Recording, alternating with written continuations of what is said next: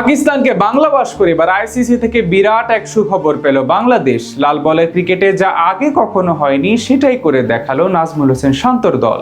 লিটন শান্ত মিরাজদের নিয়ে গড়া টাইগার দল এবার নাম লেখালো ইতিহাসের পাতায়, পেছনে ফেললো সাবেক বিশ্ব চ্যাম্পিয়নদের।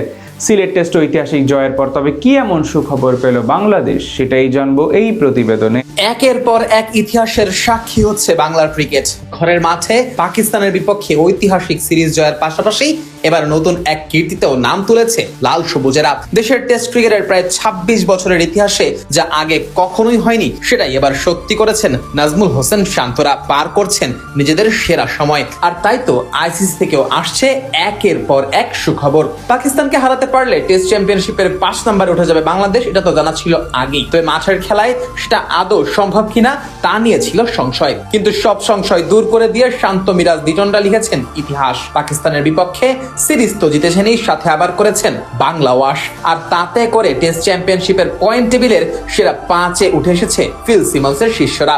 সেই সাথে এবার আইসিসি থেকেও মিলেছে বিশেষ স্বীকৃতি। টেস্ট র্যাঙ্কিং এ মিলেছে সুখবর। র্যাঙ্কিং এ বেশ বড়সড় লাফি দিয়েছে নাজমুল হোসেন শান্তরা। আইসিসি প্রকাশিত সবশেষ র্যাঙ্কিং অনুযায়ী বাংলাদেশের উন্নতি হয়েছে ২ ধাপ। পাকিস্তানের বিপক্ষে সিরিজ জয়ের ফলে রেটিং পয়েন্টও বেড়েছে বিশাল। সিরিজ শুরুর আগে আইসিসির টেস্ট র্যাঙ্কিং এ বাংলাদেশের অবস্থান ছিল ৯ নম্বরে। ৬৭ রেটিং পয়েন্ট নিয়ে তারা ছিল একেবারে তলানির দিকেই। বিপরীতে পাকিস্তান ছিল খানিকটা স্বস্তিতেই। তাদের ঝুলিতে ছিল ৮৬ রেটিং পয়েন্ট, অর্থাৎ দু দলের মধ্যে পার্থক্য ছিল ১৯ পয়েন্টের। কিন্তু ২ ম্যাচের এই টেস্ট সিরিজ শেষ হতে না হতেই বদলে গেছে সবকিছু। ১৯ পয়েন্টের এই গ্যাপ কমে গেছে একেবারেই। উল্টো যেই পাকিস্তান একটা সময় ছিল বাংলাদেশের উপরে, তারা এখন নেমে গেছে বাংলাদেশেরও নিচে। ৮৬ থেকে কমে পাকিস্তানের রেটিং পয়েন্ট এখন ঠেকেছে ৭৫-এ। অন্যদিকে ৬৭ রেটিং পয়েন্ট থেকে বেড়ে বাংলাদেশের রেটিং গিয়ে দাঁড়িয়েছে ৭৮-এ। আর রেটিং এ এমন উন্নতির ফলস্বরূপ র্যাঙ্কিং এও হয়েছে উন্নতি। ৯ নম্বর থেকে ২ ধাপ এগিয়ে বাংলাদেশ এখন অবস্থান করছে ৭ নম্বরে। অন্যদিকে পাকিস্তানের অবনতি হয়েছে ২ ধাপ।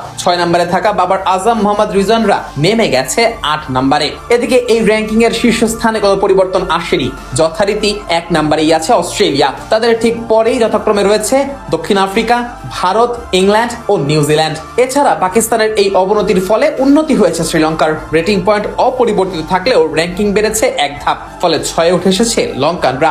এছাড়াও বাংলাদেশ ২ ধাপ উন্নতি করায় ১ ধাপ নেমে যেতে হয়েছে ওয়েস্ট ইন্ডিজকে। তাদের বর্তমান র্যাঙ্কিং ৯ নম্বরে। একটা সময় ছিল যেই দলের কাছ থেকে টেস্ট স্ট্যাটাস কেড়ে নিতে চেয়েছিল ক্রিকেট বিশ্ব, আজ তারাই কিনা শাসন করছে লাল বলের ক্রিকেটে। অধিনায়ক নাজমুল হোসেন শান্তর হাত ধরেই বদলে গেছে টাইগার দলের পুরো চিত্রটাই। যেই বাংলাদেশ এতদিন র্যাঙ্কিং এর ৮ নম্বরে উঠতেই হিমশিম খেত, তারাই কিনা এখন প্রথমবারের মতো উঠে গেছে ৭ নম্বরে। আর তাই তো এই কথা বলা মোটেই ভুল হবে না যে টাইগারদের এই দলটা তাদের টেস্ট ইতিহাসের মধ্যে সর্বসেরা।